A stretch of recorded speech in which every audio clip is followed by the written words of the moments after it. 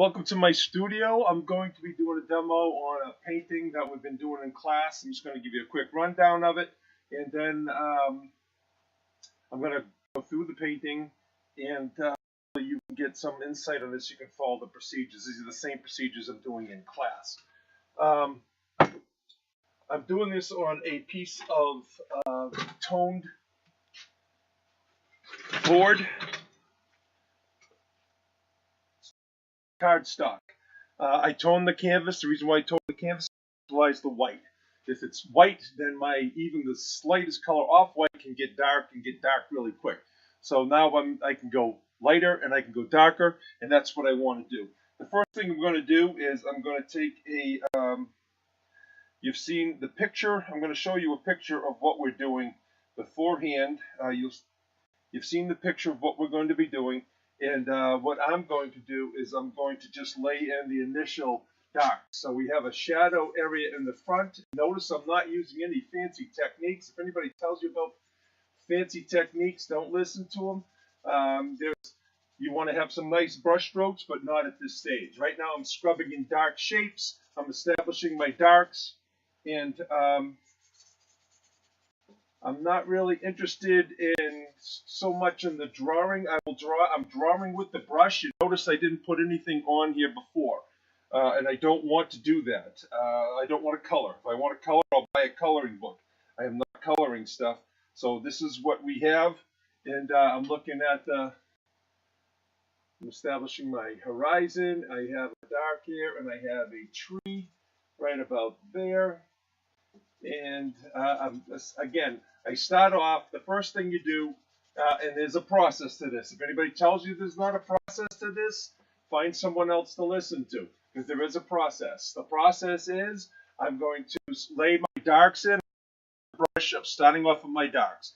Then I'm going to start building my paint surface. My paint surfaces are going to be, I want to paint fat over thin. Starting off thin first. I don't want to make the quality of the paint messed up. So I want to have a nice, thin, strong layer of values. I'm establishing my values. I'm going to make all my mistakes now. I'm going to find out what I'm going to do and make sure I have everything where it's supposed to be. Okay, so I've got a tree line here. I've got a tree, and I've got this tree. Now, in perspective, this tree, the tree that's closest to me is going to be this tree.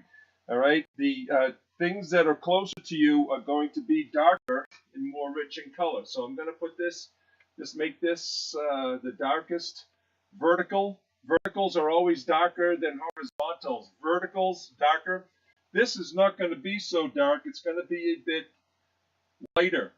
Why is it lighter? Because it's farther away. So there is a bit of a cooling down of the color. Colors cool as away from you. And over this last section over here, I'm going to put even lighter. So I've got my distance being established by the darkness here, getting bluer, and the bluest area over there. And I'm going to adjust these colors later, but again, I'm just laying in this is round one, and for round one, I want to establish my colors. I want to get the paint down. I want to know what colors I'm going to. We're talking about a field of green fields this spring, and we've got a strong shadow. Now, shadows are going to be blue also, so we're going to have some blues here. This color is going to be cool. Where there's no sun, you don't have any heat. So I've got my shadow here. This is where the light is going to be, and I've got the colors cooling as they go back. Now, one of the problems with acrylics, and I'll tell you this all the time, is that the colors, there are people who swear by acrylics and there are people who swear at them. I'm one of the people who like to swear at them because they dry too fast. It's going to dry way too fast. And this is just, again, round one. And then on the other hand, the fact that they dry fast is really good. If you're out in the field,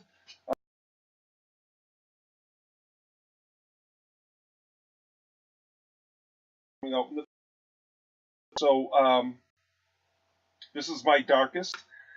The flat plane is the lightest. I don't go out in the field anymore, so I've got to do this from photographs.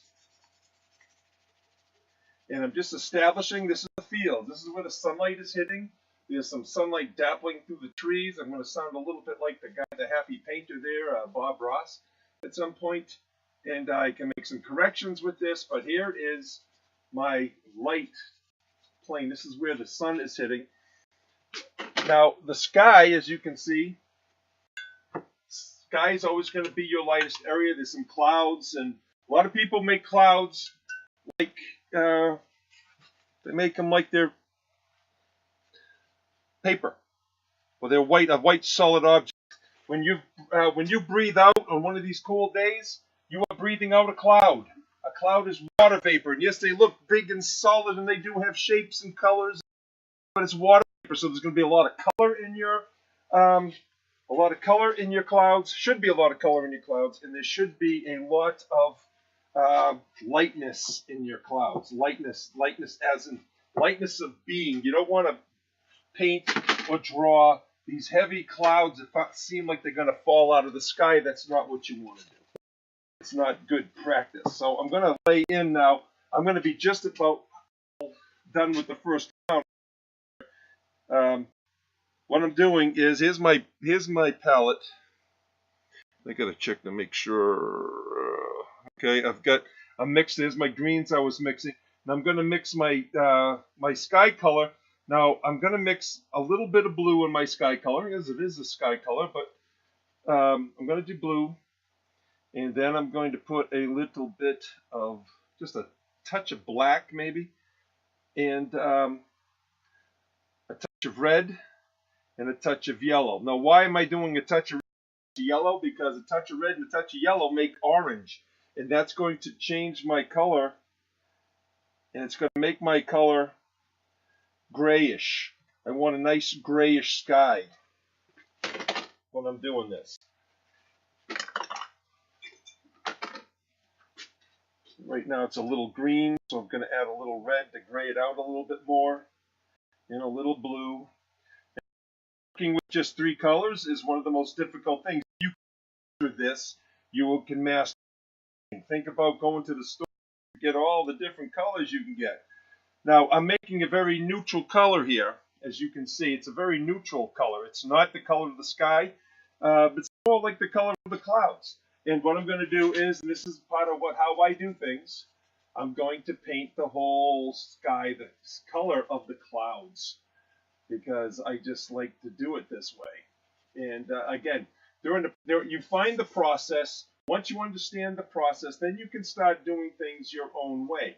But if you don't understand the process, you can't do things your own way because you don't know what you're doing. Quite simple. Okay, so I've established my sky. A little on the greenish side, but that's okay. I'm not worried about it. This is only round 1. The paint is still wet. In some places, certain colors don't dry fast. So, in one hand, my paint is drying as I mix it, put it on there, it's still covering other colors. So it becomes a pain in the neck. The next thing I'm going to do is I'm going to paint in the sky.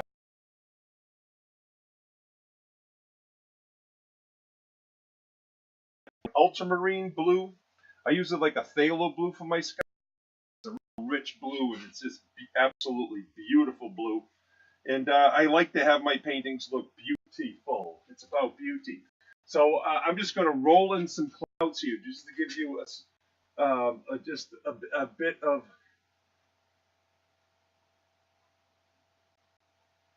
And there you have sky. You have the clouds in the background.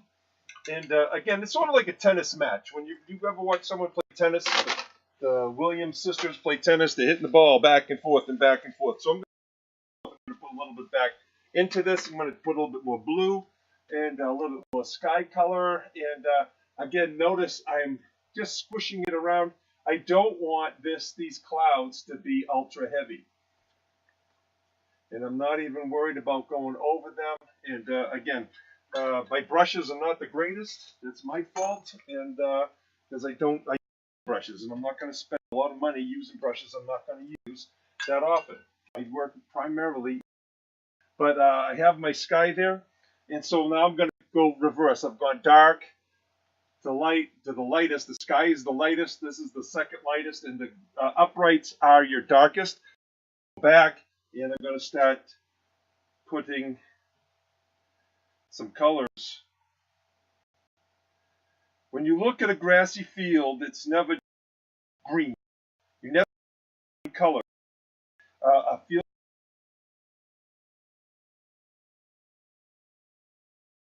oranges, and there's all sorts of greens. Don't get so involved with the brush strokes right now, because that's giving an indication of that something behind that tree. And I'm going into this.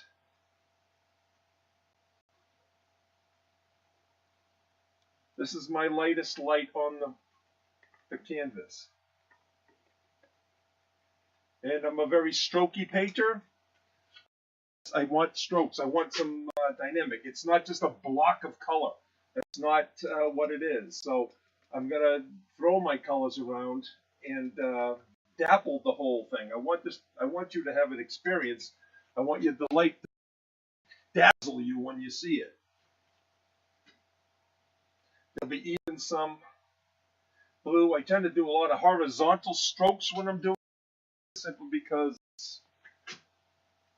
it's the horizontal plane. And I'm going to go back into this area now. I'm going to go back into the darks. It's going to be darker, but it's not going to be as dark as the trees.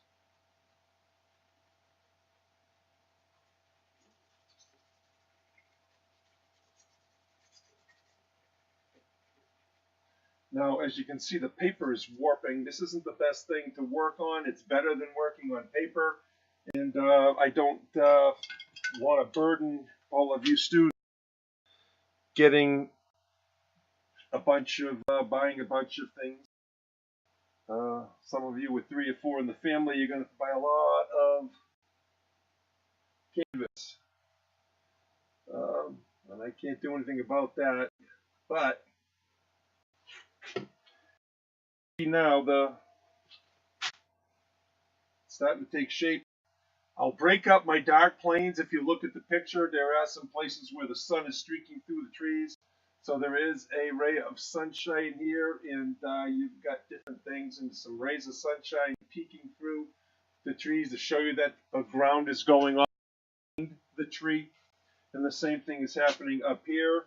There are some things here going on to show you that there's something going on behind that tree. And again, this is rough. It's on the paper. I'm not a big fan of the paper even. The cardstock is not, it's a cheap cardstock. We don't used to get nice cardstock before. This stuff is garbage. I prefer to be working on canvas. This would basically almost be the end of round 1. And then I would go into this again, and into this again, and into this again. We'll go over round 2 in class, but this is where we'll end.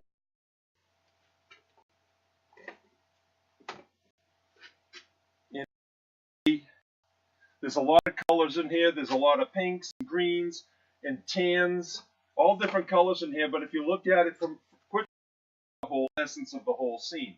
So again, that's just a tutorial on laying in the colors on there. All right, so we'll go over this in detail in class. The next thing we're going to do is a seascape after we do the landscape. And again, the process is the same. The darks in, the middle ground will be the ocean, then the sky will be the light part down, a little more of the ocean, some waves, and then go into the rocks, the details of the and you'll get the picture of the whole thing. And this is again, process. And there are people who will go oppose the process, but it is necessary. all the great artists used the process. They learned the process. Then they branched off of that. Once you're an expert at this, you can do however you want to do. But until you do that, if you can't draw a duck, you're not going to do a picture of a duck. Simple as that. You draw, you've got to paint, you've got to figure out how all these things are arranged on the canvas. So that's it for now. Signing off, and I'll see you in class.